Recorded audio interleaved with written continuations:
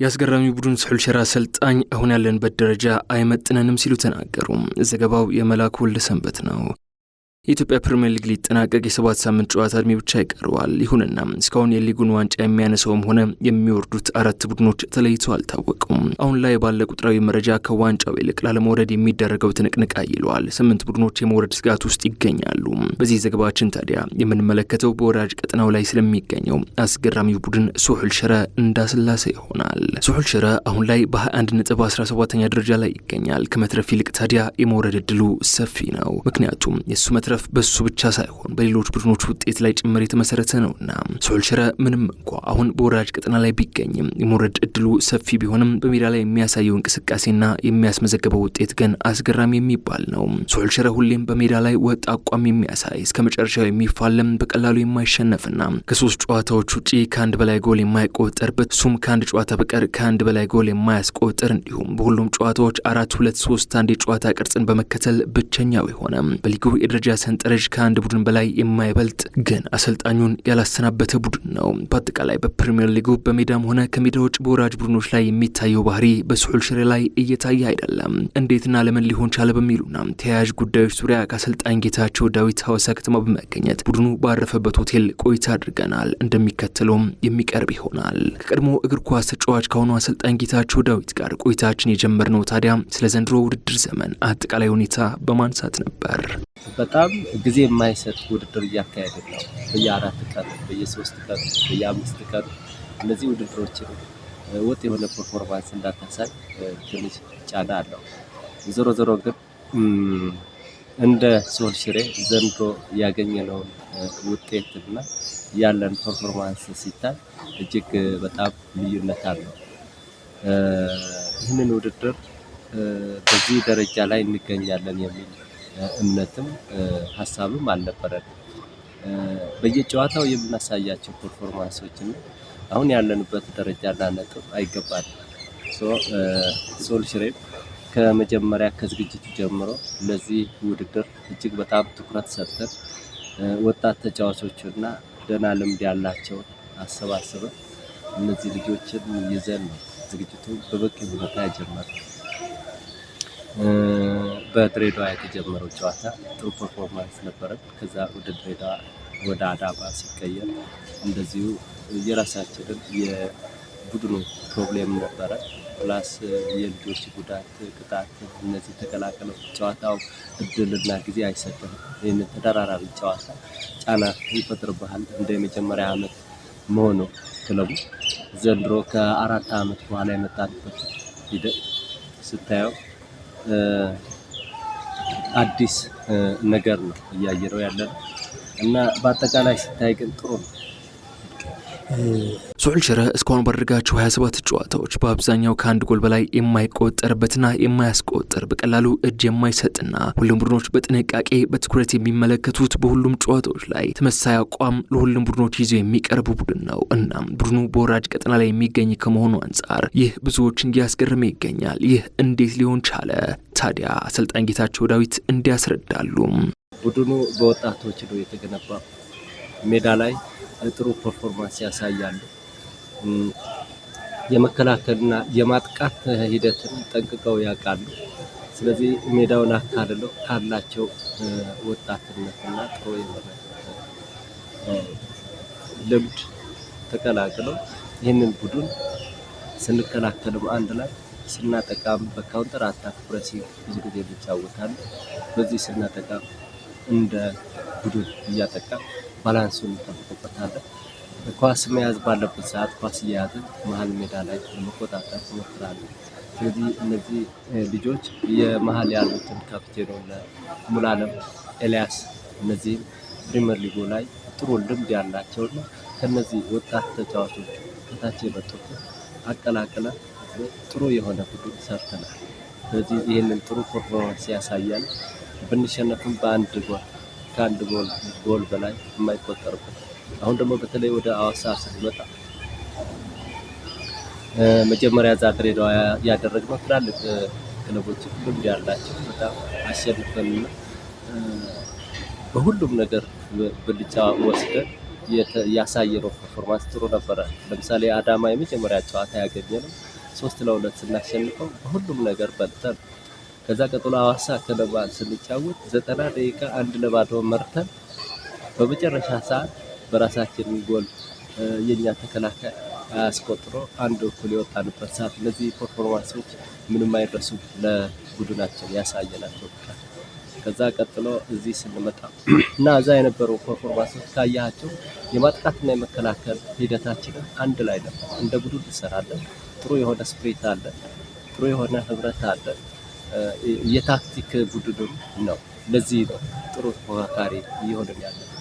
ዘንድሮ በኢትዮጵያ ፕሪሚየር ሊግ 4-2-3-1 የጨዋታ ቅርጽ በሁሉም ጨዋታዎች ላይ በብቸኝነት በመጠቀም ተጠቃሹ ክለብ ስሑል ሽረ ነው። ለመሆኑ አሰልጣኙ ለምን ይህን የጨዋታ ቅርጽ ሊከተሉ መረጡ? ምላሽ አላቸው። 4-2-3-1 የምንጫወተው ያው 4-3-3 ማለት ነው። ግን አንድ ኦፌንሲቭ ሚድፊልደር የመጀመሪያው አጥቂ ድጋፍና ከጀርባው እየሄደ የሚያጠቃውን ሚድፊልድ ያስፈልጋል። አለበለዚያ ሁሉ ወደኋላ ሊቀርብህ። ሁለቱም በማጥቃት ላይ ያንን ሲያደርግ በመከላከል ላይ ደግሞ ሁለት ስኪመር ይጠቀማል። እዚህ ሁለት ስኪመሮች ለነዚህ የመስመር አጥቂና የፊት አጥቂ እንደገና የኦፌንሲቭ ሚድፊልደሩ እንደ ልብ እንዲያጠቁና አስተማማኝ የመከላከል ስራ እንዳላቸው እንዲተማመኑ ይረዳቸዋል። እነዚህ ሁለት ስኪመር መሀል ላይ ስታስበው ፕላስ እንደገና ፉልባኮች ግራና ቀኝ የሚመጡትን በነፃነት እንዲሄዱና እንዲመጡ በልበ ሙሉነት ኮምፓክት የሆነ ላይ ስትሰራ ነው እንደዛ የሚመጣ። ስለዚህ የምከተለው ያን ነው። ፕላስ ኳስ ይዘህም ለመጫወት ምቹ ነው። ካውንተር አታክ ለመጫወት በጣም ምቹ ነው። ምክንያቱም በ4-2-3 እነዚህ አጥቂ ናቸው። የመጀመሪያ የፊት አጥቂ ማለት። ስለዚህ እነዚህ ጨምረህ በካውንተር አታክ ስትጫወት ደግሞ ቅርብ ናቸው ለጎሉ። ሚድፊልዱም ለአጥቂዎቹ ቅርብ ነው። የኦፌንሲቭ ሚድፊልደሩ አጥቂዎቹ በሙሉ ኃይላቸው እንዲያጠቁ እነዚህ ሁለት የመሀልና ሁለት ሴንተር ባኮች ያሉትን እጅግ በጣም ወሳኞች ይሆናል። ስሑል ሽረ አሁን ላይ በሊጉ በ1.17ኛ ደረጃ ላይ ይገኛል። የመውረድ እድሉም ሰፊ እንደሆነ ብዙዎች ይናገራሉ። ይሁን እንጂ አሰልጣኝ ጌታቸው ዳዊት ሜዳ ላይ ካለ እንቅስቃሴ አንጻር እዚህ ደረጃ ላይ መገኘት አይገባንም፣ አይመጥንንም ሲሉ ይናገራሉ። አሁን ያለንበት ደረጃ ሁለት ነገር ነው የምታስበው። እግር ኳስ የሰጠህን ትቀበላለህ፣ ግዴታ ነው። እንደ ቡድናችን ግን ካለን ፐርፎርማንስና ብቃት ይህንን ደረጃና መጠን አይመጥንም። ቢኮዝ ይህንን ያልኩበት ምክንያት ሁልጊዜ ሜዳ ላይ የምናየው ፐርፎርማንስ ከሌሎች የተሻለ ሆነን ከተጋጣሚ ሁልጊዜ የተሻለ ሆነን እንገኛለን። ውጤቱ ላይ በማስመዝገብ ላይ ግን በጣም ወደኋላ ቀርተናል። ይህንንም የሆነበት ምክንያት የፎርሜሽን ፕሮብሌም አይደለም። የልጆች ብቃት ማነስ አይደለም። ብቃቱ አለ። ፎርሜሽኑም ቅድም እንዳወራ ነው ፍሌክሲብል እና ብዙ ቲሞች ፕሮፌሽናል ቲሞች ይጠቀሙበታል። ፕላስ እንደገና ፍሌክሲብል ሆኖ ስታየው ደግሞ ከፈለግ ወደ 4-3-3 ትወስደዋለህ፣ ከፈለግ 4-4-2 ታደርገዋለህ። እዛው ሜዳ ላይ ያለውን ቅርጽ እየቀያየን ትጠቀሙበታለህ። ጥሩ ነው። ታክቲካችንም እጅግ በጣም ጥሩ ነው። በካውንተር አታክ ፕሬሲንግ ብዙ ጊዜ እንጠቀማለን። አሁን ችግራችን ወደኋላ የጎተተን ስኮር ባለማድረጋችን፣ ይህንን ደግሞ የጎዳ የቦክስ ስትራይከር ማጣታችን ዋጋ አስከፍሎናል። አብዛኞቹ ስትራይከሮቻችን በብዙ መንገድ ሞክረናቸው ብዙ ፕራክቲስ አድርገንበት እስካሁን ያልተቀረፈ ችግር ሆኖ ለሰዎች ያስቸገረ ጉዳይ ግን አሁን ያለንበት ደረጃ እና ያለን አቅም የስኳዱ ሁሉንም ነገር አይመጥነን ብዬ አስባለሁ። አሰልጣኙ ሲቀጥሉም አሁንም ቢሆን የመትረፍ እድል አለን፣ እስከ መጨረሻው እንታገላለን ሲሉም እምነትና ተስፋቸውን ይገልጻሉ። 7 ጨዋታ ብዙ ነው። በ7 ጨዋታ የኛ ብቻ አይደለም የሚጠበቀው፣ የሌሎች ክለቦችንም ሂደት እንጠብቃለን። በዚህ 7 ጨዋታ ላይ አሸንፈን ከመትረፍ እንድናለን ብለን የምንሰራው አንወርድም። አሁን ከዚህ ቀጥሎ ያሉትን ጨዋታዎችን ሁሉንም በጥንቃቄ 3 ነጥብ የማግኘት እቅዳችንን የያዝን ከሁሉም ቡድኖች 3 ነጥብ እየወሰድን እንተርፋለን። እያስባል። በ2017 4 የፕሪሚየር ሊግ ቡድኖች አሰልጣኛቸውን አሰናብተዋል። አሰልጣኞቻቸውን ካሰናበቱ ውስጥ 2ቱ የትግራይ ቡድኖች ናቸው። የሚመጥነውን ውጤት አላመጣንም በሚል መቀለ ሰብዓ እንደርታና ወልዋሎ አዲግራት ዩኒቨርሲቲ አሰልጣኞቻቸውን ቢያሰናብቱም በተመሳሳይ አቋም ላይ የሚገኘው ሌላኛው የትግራይ ክልል ቡድን ስሑል ሽረ ግን ይህን አላደረገም። ለምን በብቃት ወይስ በድል ስንል ለዋና አሰልጣኙ ላቀረብንላቸው ጥያቄ ተከታዩን ምላሽ ሰጥተውናል። አዎ በብዙ ነገር ታየዋል። ክለቦች አብዛኞቹ ሁሉም ክለቦች ውጤት ይፈልጋሉ። አመራሩም ከተጠያቂነት ለመዳን የቡድናቸው ወቅታዊ የሆነ ፐርፎርማንስና ውጤት ይገመግማል። ስለዚህ ሁሉም የሚቀስረው አሰልጣኝ ላይ ብዙ ጊዜ በእርግጥም ነው። ግን ካለው ሁኔታ አንጻር ደግሞ አሰልጣኞችን ትንሽ እድል ሊሰጣቸው ይገባል የሚል ሀሳብ አለ። በግል ወደ ቡድናችን ስንመጣ ግን በዚህ በሰራ ነው የቡድን ስራ ላይ የነሱም እጅ አለ። ጥሩ ከሆነ የሁላችንም ስራ ነው፣ መጥፎ ከሆነ የሁላችንም ስራ ነው። ስህተት ነው የግል የሚሆነው እንጂ ውጤት የቡድን ስራ ነው። ስለዚህ በዚህ በቡድን ስራ ላይ ያተኮረ ስራ እየሰራን ነው ብዬ አስባለሁ።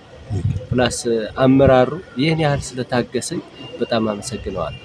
ከልብ ነው የማመሰግነው። ምክንያቱም ይህን ያህል እድል ሰጥቶኛል። ምክንያቱም እነሱም እንደ ሌሎች ክለቦች እና እንደ ሌሎች አመራሮች ውጤት ይፈልጋሉ። ውጤት ማለት ደግሞ በአሁኑ ሰዓት ክብር፣ ቡድንህን ሲያሸንፍ ትከበራለህ። ምክንያቱ ብዙ ትላልቅ ክለቦች የሚያስቡትና ፊሎዞፊያቸውን ለማርሴሎ ዳካዬ ጥሩ መጫወት ብሎ ያስባል። ጥሩ መጫወት፣ ከዛ ኮምፒቲቲቭ ስፕሪት ተወዳድሮ ማሸነፍ፣ ከዛ ማሸነፍ፣ ጥሩ ተጫውቶ ጥሩ ተወዳድሮ ጠንካራ ተወዳዳሪ ሆነ እንደገና ማሸነፍ፣ አሸንፈ እንደገና ክብርህን መጠበቅ የሚል ፍልስፍና አለ። ስለዚህ ውጤት ሁል ጊዜ ክብር ነው። ለአመራሮችም ክብር ነው። ለእኛ ብቻ አይደለም፣ ለስታፉ ለተጫዋቾቹ ብቻ አይደለም። ያ ስለዚህ ውጤት ሁል ጊዜ ክብር እስከሆነ ድረስ እነሱ ይህን ያህል ለክብራቸው ሳይጨነቁ ሌሎችንም እንትን ሳይሉ የእኛ ድካምን እያዩ እስከሆነ ድረስ ይህንን ያህል እድል ስለሰጠኝ ከልብ አመሰግናለሁ። ወይም እድለኛ ነኝ ወይም እየሰራሁ ነው። ስሑል ሽረ በፕሪሚየር ሊጉ በቀላሉ ጎል ከማይቆጠርባቸው ነገር ግን ደግሞ ጎል ከማያስቆጥሩ ቡድኖች ዋነኛው ነው። ቡድኑ ዛሬ ያለበት ደረጃ ላይ ለመገኘት ያበቃው ይህ እንደሆነ አሰልጣኝ ጌታቸውም ያምናሉ። ብዙ ችግሮች አሉ። አሁን ሁሉም ጋር ያለው ችግር እኛ ጋር ማለት ግን መሰረታዊ ችግሮቻችን ናቸው ብለን ቅድም የገለጽኩልህ የስኳዱ መጥበብ አንዱ ችግር ነው። ወጣቶቹና ትንሹ ልምድ ያላቸው በቁጥር ትንሽ ናቸው። ፕሪሚየር ሊግ ላይ የነበሩ ሌሎች ክለቦች አሁን ስትሄድ አብዛኞቹ 80% ወደ 75-80% ፕሪሚየር ሊግ ላይ የተጫወቱ ናቸው። ሁሉም ክለቦች ላይ ያሉ ትናንት የገጠምነው ራሱ መከላከያ ብታየው ሁሉም ፕሪሚየር ሊግ ላይ የተጫወቱ ናቸው። እኛ ጋር ግን ከሀየር ሊግ መጥተው የፕሪሚየር ሊጉ ገና ልምድ እና እንትን አላጣጣሙትም፣ ገና ናቸው።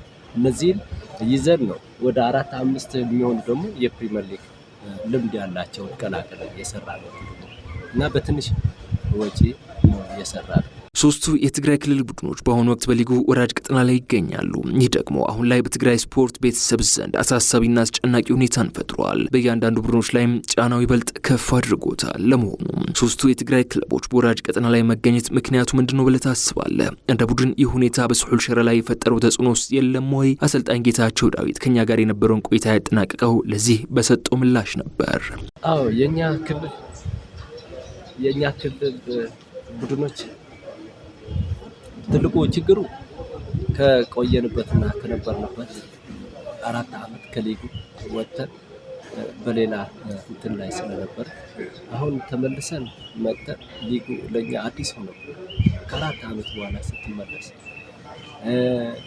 አሁን እነዚህ ክለቦች በሙሉ ድጋፍ ነው የሚያስፈልጋቸው። በፋይናንሻል፣ በስነ ልቦና፣ በማቴሪያል በእነዚህ ሁሉ ድጋፍ ያስፈልጋቸዋል። ህብረተሰቡ የሚፈልገውን አላገኘም። በእነዚህ ክለቦች ላይ በሶስታቸው ስለዚህ ከነበርንበት ወጥተን ነው አሁን ሰርቫይቭ እያደረግን ነው። የስነ ልቦናም በፋይናንሻል ያለው በጣም ችግር አለ። ስለዚህ እነዚህ ነገሮች ተቋቁመን እየተጫወትን ያለው እንደኔ እምነት ሁላችንም ከዚህ ወራጅ ቀጠና እንወጣለን ብዬ ተስፋ አደርጋለሁ። እንደሚቀጥለው 2018 አሁንም ጠንካራ ተፎካካሪ ሆነን እዛ እንገኛለን ብዬ አስባለሁ።